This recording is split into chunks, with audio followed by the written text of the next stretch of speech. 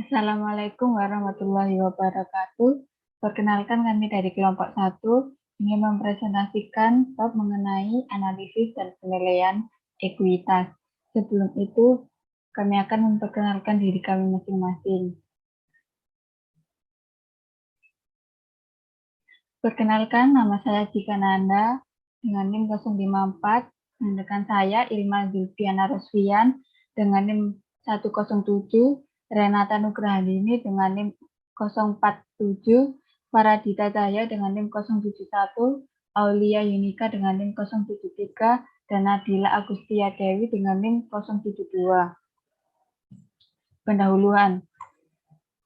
Bagian ini membentangkan analisis bab sebelumnya untuk membahas resistensi laba dan kekuatan penghasilan. Bagian ini juga menggambarkan beberapa instrumen yang berguna untuk analisis dan penilaian ekuitas, dan menggambarkan evaluasi ulang dan penyesuaian laporan keuangan, serta membedakan antara bagian laba yang berulang dan tidak berulang, operasi dan non-operasi, luar biasa dan tidak luar biasa. Kekokohan laba. Kekokohan laba mengacu pada tingkat profit perseroan yang dapat diandalkan untuk terjadi di kemudian hari. Kekokohan laba dianggap sebagai titik sentral dalam penilaian perseroan. Informasi mengenai daya tahan laba hasil operasi untuk menyusun dan menyesuaikan laba membutuhkan informasi yang relevan dan andal. Sumber informasi ini yaitu yang pertama, laporan laba rugi memasukkan informasi terkait pendapatan dari operasi yang berkelanjutan, pendapatan dari operasi yang dihentikan, pendapatan atau kerugian luar biasa, efek kumulatif perubahan prinsip akuntansi. Yang kedua, laporan keuangan lainnya dan catatan atas laporan keuangan. Yang ketiga, manajemen discussion dan analisis. Pendapatan dari operasi yang berkelanjutan. Operasi berkelanjutan adalah sumber pendapatan utama untuk perseroan yang terbaik. Sumber dari pendapatan operasi ini berbeda-beda dari satu jenis bisnis ke jenis bisnis lainnya. Untuk perseroan sektor manufaktur, perdagangan, pertambangan, pendapatan operasi diperoleh dari penjualan produk. Sedangkan bisnis perbankan, asuransi, rumah sakit yang menawarkan jasa dan layanan mereka, pendapatan operasi utamanya mengacu pada penawaran jasa mereka. Selanjutnya akan dijelaskan oleh rekan saya.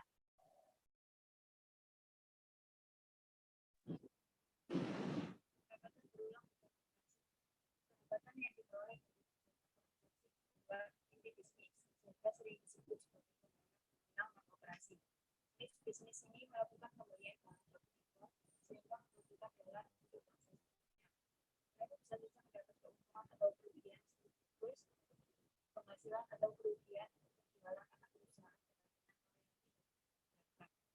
Berikut adalah contoh tabel pendapatan berulang non operasi dalam nominal kita pada PT Unilever. Selanjutnya, efek kumulatif perubahan prinsip akuntansi.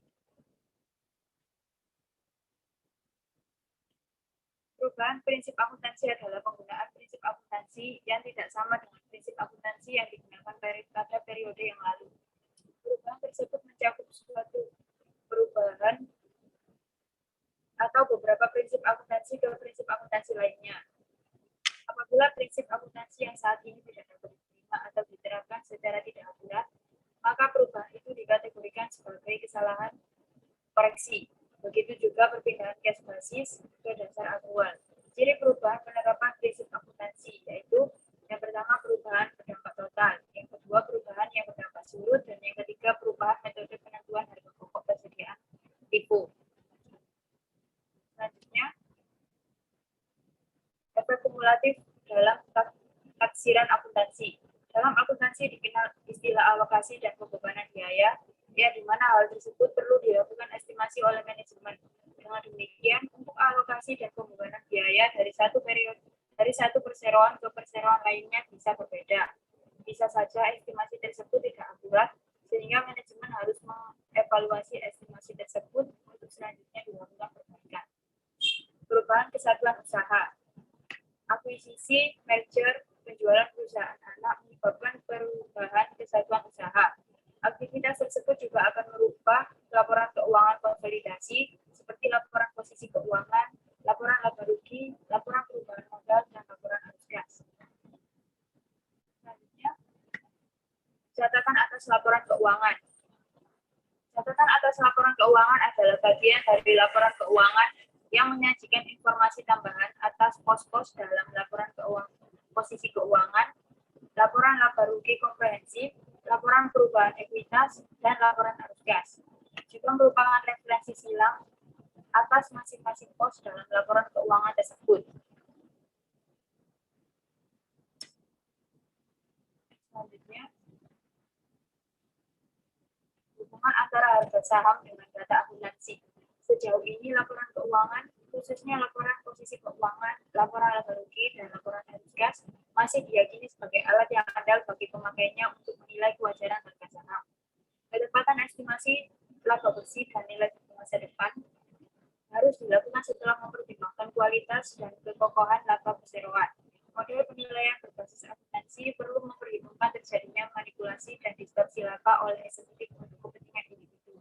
Akibatnya, manipulasi dan distorsi laba dapat mempengaruhi pengukuran nilai perusahaan. Selanjutnya, penyusunan ulang laba dan komponen laba. Metode yang digunakan untuk membantu daya tahan laba adalah penyusunan ulang laba dan penyesuaian laba.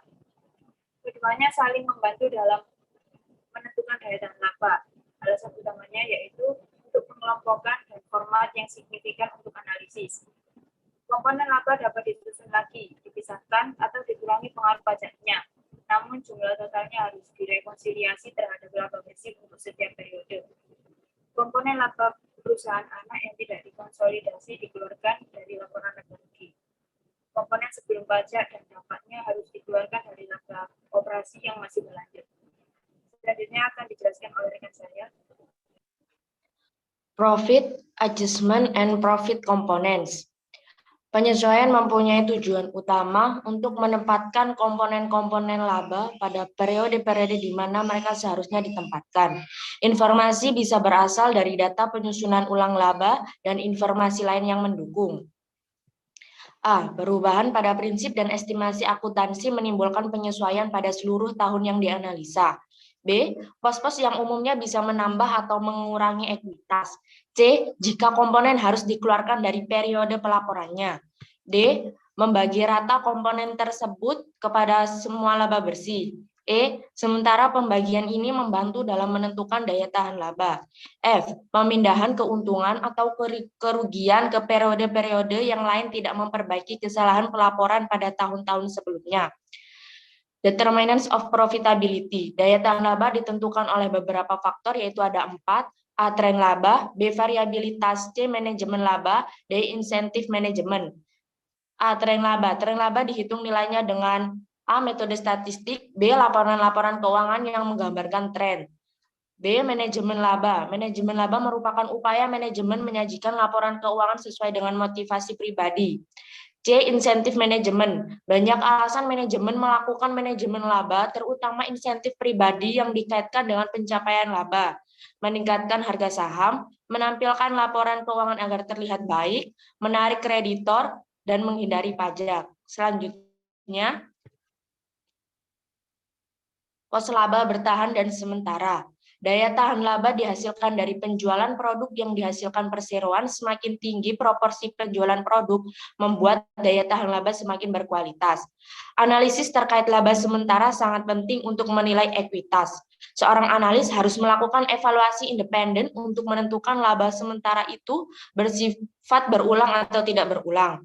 Untuk menentukan nilai ekuitas laba dari pos sementara harus dikeluarkan dari perhitungan supaya hasil penilaian hanya berdasarkan laba dari hasil produk perseroan.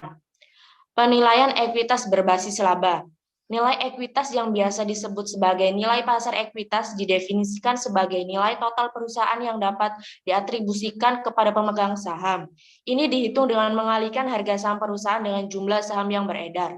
Perusahaan yang mapan nilai ekuitas jauh di atas nilai buku karena terapresiasi bertahun-tahun. Selanjutnya, harga saham kaitannya dengan data akuntansi. Proyeksi profitabilitas digunakan untuk menilai secara intrinsik perusahaan. Proyeksi profitabilitas berdasarkan data historis laporan laba rugi tahun sebelumnya serta estimasi di luar aspek akuntansi. Model untuk menilai ekuitas berbasis akuntansi sebagai berikut. A. Penilaian dasar. Terdapat dua rumus yang digunakan untuk pengukuran penilaian, yaitu 1. Rasio harga terhadap nilai buku atau price to book, PB, di mana price to book sama dengan nilai pasar ekuitas dibagi nilai buku ekuitas. Dengan mengganti perhitungan nilai ekuitas berbasis akuntansi pada pembilangnya, rasio nilai buku dapat dinyatakan dalam akuntansi sebagai berikut. Rumus sudah tertera pada PPT, di mana PB price to book, ROCE return on capital equity, T periode tahun, K cost of capital for equity, BV book value.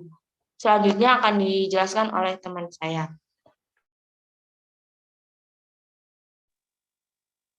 Ilustrasi penilaian ekuitas berbasis pendapatan. Premis penilaian bahwa PT Unilever Tbk adalah sebuah perusahaan yang going concern. Proyeksi laporan keuangan yang digunakan adalah tahun 2021 sampai dengan tahun 2024. Selama masa proyeksi diasumsikan rencana transaksi dapat dilakukan pada kondisi arm's length di dalam batasan komersial yang berlaku umum dan tidak merugikan perusahaan dan pemegang saham. Proyeksi penjualan bersih dari tahun 2018 ke tahun naik sebesar 2,68% digunakan sebagai dasar kenaikan laba per tahun. Semua komponen dalam laba rugi menggunakan rasio terhadap penjualan bersih, maka harga margin laba bruto sebesar 51,32%, rasio beban pemasaran sebesar 18,37%, rasio beban administrasi sebesar 9,39%, rasio beban penyusutan 7,47%, beban keuangan sebesar 7,78%, rasio pajak penghasilan sebesar 22% per tahun, dividen dibayar sebesar 95% dari laba bersih.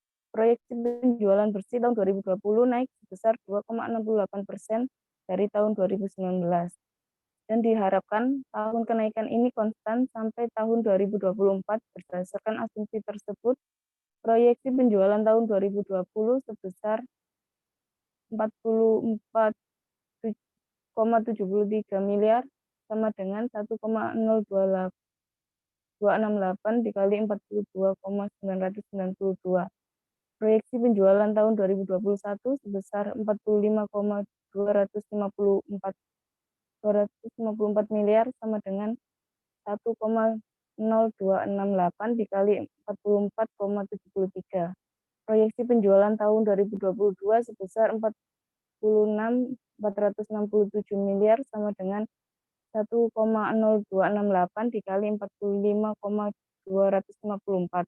Proyeksi penjualan tahun 2023 sebesar 47,712 miliar sama dengan 1,0268 dikali 46,467. Proyeksi penjualan tahun 2024 sebesar 48,991 miliar sama dengan 1,268 dikali 47,712. Perhitungan proyeksi laba bruto menggunakan rasio laba bruto terhadap penjualan bersih tahun 2019 sebesar 51% sama dengan 22,28 per 42,922. Rasio ini digunakan sebagai dasar menghitung proyeksi laba bruto tahun 2020 sampai tahun 2024.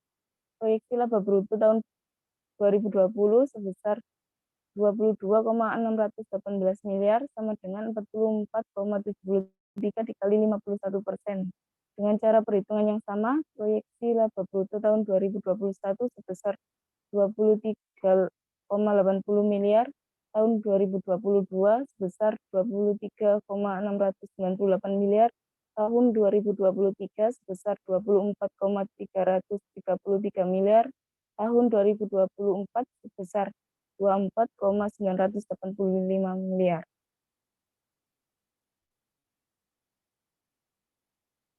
Perhitungan proyeksi rasio beban pemasaran terhadap penjualan bersih tahun 2019 sebesar 18% sama dengan 8,049 per 42,922. Rasio ini digunakan sebagai dasar menghitung proyeksi beban pemasaran dan penjualan tahun 2020 sampai tahun 2024. Proyeksi beban pemasaran dan penjualan tahun 2020 sebesar 8,96 miliar sama dengan 44,73 dikali 18%. Dengan cara perhitungan yang sama, proyeksi beban pemasaran dan penjualan tahun 2021 sebesar 8,313 miliar, tahun 2022 sebesar 8,364 miliar, tahun 2023 sebesar 8,588 miliar, tahun 2024 sebesar 8,818 miliar.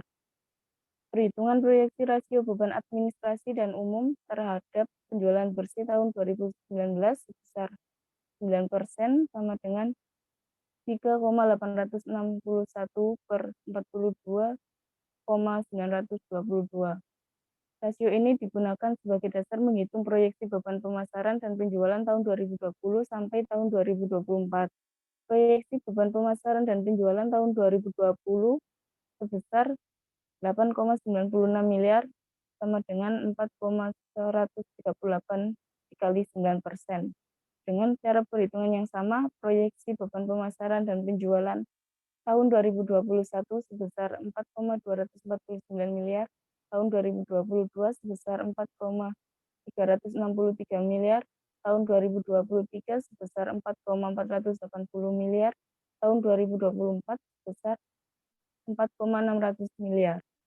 Perhitungan proyeksi beban bunga terhadap utang bank tahun 2019 sebesar 7,88% sama dengan 219 per 2,920. Utang bank tahun 2019 sebesar 2,929 miliar dan beban bunga sebesar 219 miliar. Rasio ini digunakan sebagai dasar menghitung proyeksi beban bunga tahun 2020 sampai tahun 2024. Dengan asumsi pinjaman bank naik sebesar 5% setiap tahun, maka proyeksi beban bunga tahun 2020 sebesar 230 miliar. Sama dengan 210 dikali 1,5 dikali 7,50%.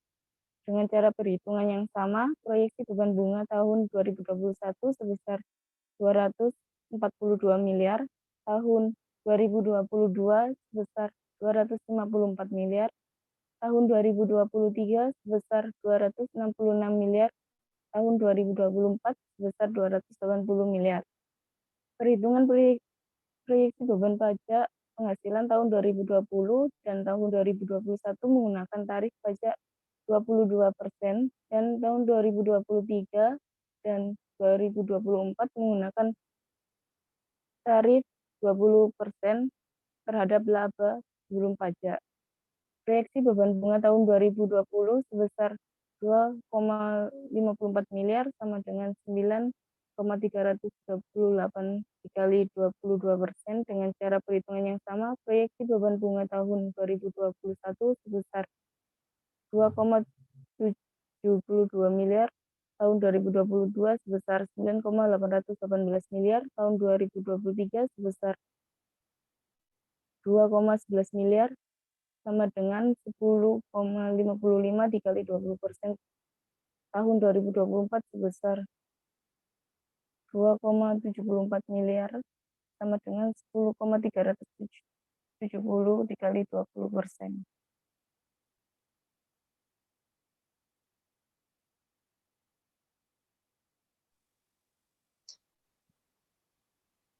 Berikut adalah tabel dari proyeksi laporan laba rugi untuk penilaian ekuitas. Dari tabel tersebut, dividen diasumsikan 98% dari laba bersih. Proyeksi dividen tahun 2020 sebesar 7,138 miliar sama dengan 7,284 kali 98%. Dengan cara perhitungan yang sama, proyeksi dividen tahun 2021 sebesar 7,216 miliar, tahun 2022 sebesar 7,658 miliar, tahun 2023 sebesar 8,44 miliar, dan tahun 2024 sebesar 8,130 miliar. Nilai buku ekuitas adalah saldo awal ekuitas ditambah laba bersih dikurangi dividen. Dengan formula tersebut, nilai buku ekuitas tahun 2020 sebesar 5,426 miliar, tahun 2021 sebesar 5,557 miliar, tahun 2022 sebesar 5,711 miliar, tahun 2023 sebesar 5,871 miliar, dan tahun 2024 sebesar 6,37 miliar. Rasio PB tanggal 31 Januari tahun 2020 dihitung dengan model berbasis akuntansi menghasilkan 3,2 kali sama dengan 16,944/5281. Menggunakan rasio harga buku ada kemungkinan berbeda dengan harga saham aktual dari 3,2 kali. Dalam hal ini kita harus mempertimbangkan dua kemungkinan, yaitu yang pertama estimasi probabilitas masa depan terlalu optimis, yang kedua harga saham perusahaan salah. Selanjutnya yaitu price to earning atau PE, di mana rumusnya nilai pasar ekuitas dibagi laba bersih. Jika kinerja sebuah perusahaan termasuk bagus atau sangat bagus, maka meski PR-nya tinggi, bisa jadi harga sahamnya masih tergolong wajar. Price to earning atau dari PT Unilever Tbk sebesar 38,50 kali. Meski dengan demikian sekilas sahamnya sangat mahal, namun karena kinerja PT Unilever Tbk selama ini nyaris sempurna dan PT Unilever Tbk juga termasuk perusahaan yang rajin bagi-bagi dividen dalam jumlah besar. Asumsi dalam proyeksi dalam perusahaan ini pembagian dividen 98% dari laba bersih. Maka harga PT Unilever Tbk yang menghasilkan PER 38,50 kali tersebut masih tergolong wajar. Selanjutnya akan dijelaskan oleh rekan saya. Cost of equity. Setiap investor menginginkan tingkat return sesuai dengan harapan mereka atas modal yang diinvestasikan. Cost of equity merupakan parameter yang digunakan investor untuk memutuskan berinvestasi atau tidak. Model cost of equity antara lain A. Capital Asset Pricing Model, B. Dividend Valuation Model, C. Price Earning Growth Model. Capital Asset Pricing Model atau CAPM menggambarkan hubungan antara risiko sistematis dan pengembalian yang diharapkan untuk aset, khususnya saham. Tujuan dari rumus CAPM adalah untuk mengevaluasi apakah suatu saham dinilai secara wajar ketika risiko dan nilai waktu uang dibandingkan dengan pengembalian yang diharapkan. Prosedur penggunaan pendekatan CAPM adalah sebagai berikut.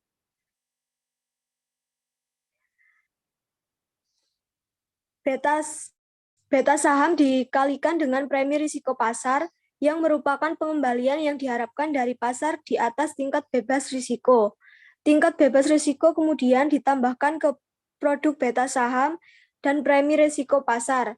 Hasilnya harus memberi investor tingkat pengembalian yang diperlukan yang dapat mereka gunakan untuk menemukan nilai suatu aset.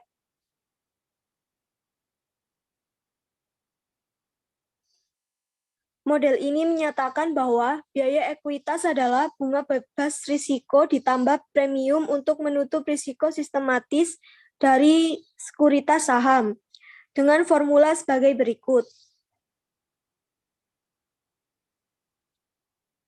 RE sama dengan RF tambah B dalam kurung RM kurangi RF. RE sama dengan RF tambah B RP, di mana RE adalah cost of equity, RF adalah risk-free rate, B adalah beta pasar, RM adalah return pasar ekuitas, dan RP adalah selisih antara RM dan RF.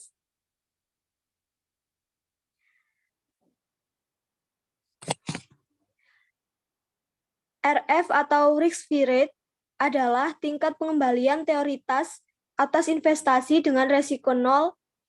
Dengan demikian, risk-free rate adalah tolok ukur untuk mengukur investasi lain yang mengandung unsur risiko. RM atau return market adalah tingkat pengembalian yang ada di pasar yang diukur berdasarkan pergerakan IHSG.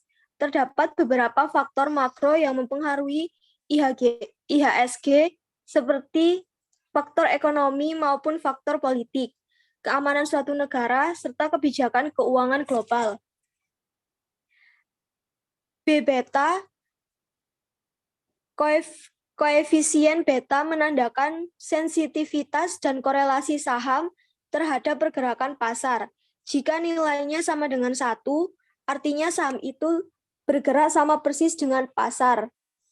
Jika beta lebih dari 1, maka biasanya saham tersebut bergerak searah pasar namun lebih agresif.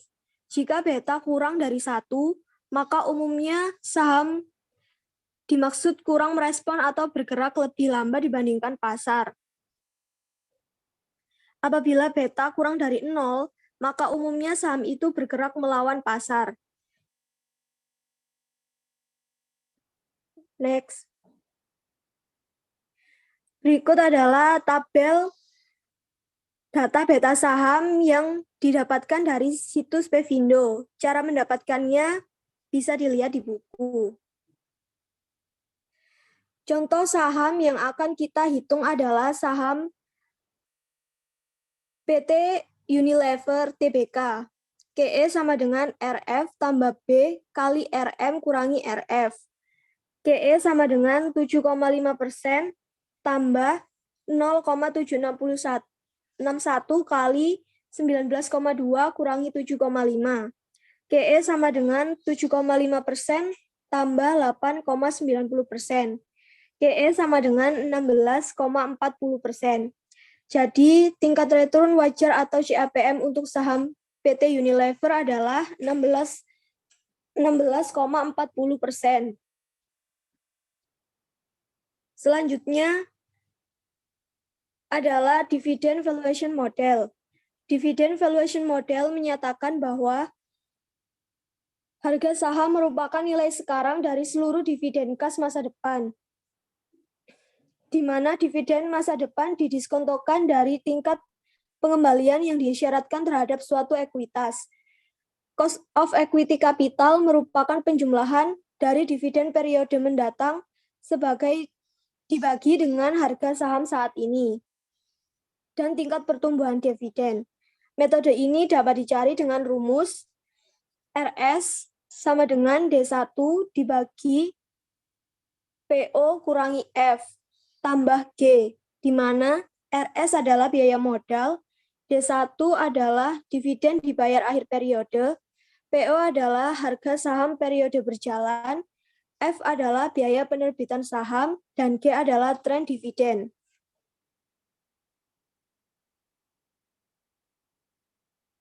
Tabel di bawah ini adalah ilustrasi perhitungan dividen valuation model dengan menggunakan data dari PT Unilever Tbk. Tahun 2016 jumlah saham sebesar 38.150 juta rupiah, dividen sebesar 5.843.184 juta rupiah, dividen per saham 153, tingkat pertumbuhan kosong dan harga per lembar saham adalah 7,760. Tahun 2017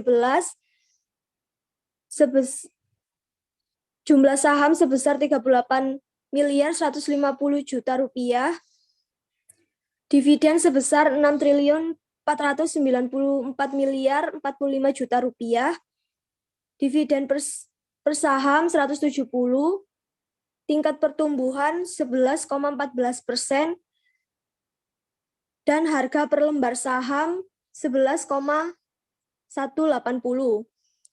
Tahun 2018, jumlah saham sebesar 38.150 juta rupiah, dividen sebesar 7.172.791 juta rupiah, dividen per saham 188, tingkat pertumbuhan 10,45%, dan harga per lembar saham 9,080. Tahun 2019, jumlah saham sebesar 38.150 juta rupiah, dividen sebesar 9.176.417 juta rupiah, dividen per saham 241, tingkat pertumbuhan 27,93%, dan harga per lembar saham 8,400. Tahun 2020, jumlah saham sebesar 38.150 juta rupiah, dividen sebesar 7.371.069 juta rupiah, dividen per saham 193, tingkat pertumbuhan 19,67%, dan harga per lembar saham 7,350. Tahun 2021, jumlah saham sebesar 38.150 juta rupiah, dividen sebesar 8.108.175.900 juta rupiah, dividen per saham 213, tingkat pertumbuhan 10,00%, dan harga per lembar saham kosong. Tingkat pertumbuhan rata-rata adalah 7,97%, D1 adalah 213, PO adalah 7.350, F0, G 7,97%, dan RS adalah 10,86%. Jika perseroan tidak membayar dividen pada periode berjalan, metode ini tidak dapat digunakan. Selanjutnya adalah Price Earning Growth Model. Menurut Magena tahun 2010, menyatakan bahwa model ini mengkalkulasi cost of equity dengan menghitung internal rate of return dari ekspektasi pasar atas arus kas masa depan terhadap harga saham saat ini. Model ini menggunakan harga saham saat ini dan data forecast EPS perusahaan. Di bawah itu adalah rumus di mana RPEG adalah cost of equity capital, EPS 1 adalah perkiraan laba per saham tahun pertama setelah tanggal publikasi laporan tahunan, EPS 2 adalah perkiraan laba per saham tahun kedua setelah tanggal publikasi laporan tahunan, dan BO adalah harga saham saat publikasi laporan tahunan. Menggunakan rumus rasio PEG dapat bermanfaat, tetapi pada akhirnya pemodelan keuangan adalah cara terbaik untuk memperhitungkan semua aspek profil pertumbuhan perusahaan saat melakukan penilaian. Pembangunan model discount cash flow biasanya memperhitungkan perkiraan pertumbuhan sekitar 5 tahun, ditambah nilai terminal untuk sampai pada nilai sekarang bersih bisnis.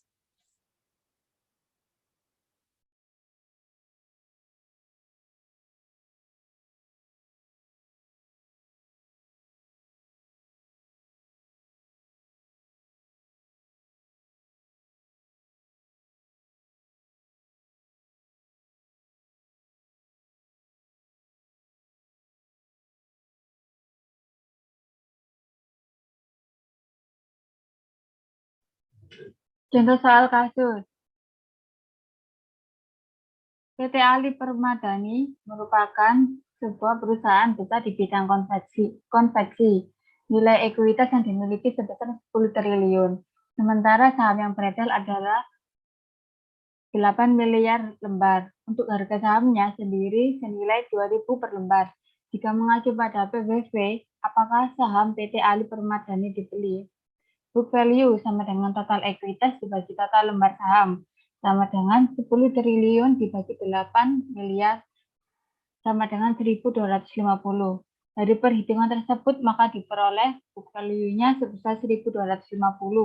Tahap berikutnya adalah menentukan mencari nilai price to book value. PBV sama dengan harga saham per lembar dibagi book value sama dengan 2.000 dibagi 1.250 sama dengan 1,6. Dalam perhitungan tersebut ditemukan bahwa pada PT Ali Permadani besarnya price to book value atau PBV adalah 1,6 atau lebih besar dari 1, sehingga bisa dibilang bahwa harga saham perusahaan tersebut cukup mahal. Tetapi dalam melakukan analisis saham, Anda tidak bisa melihatnya dari situ saja. Meskipun PT Ali Permadani memiliki nilai PBV yang tinggi atau harga saham yang mahal, Anda perlu menelaah lagi bagaimana pertumbuhannya selama ini.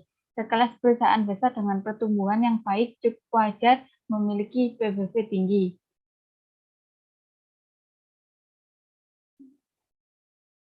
Sekian dari kami. Mohon maaf apabila ada kesalahan. Wassalamualaikum warahmatullahi wabarakatuh.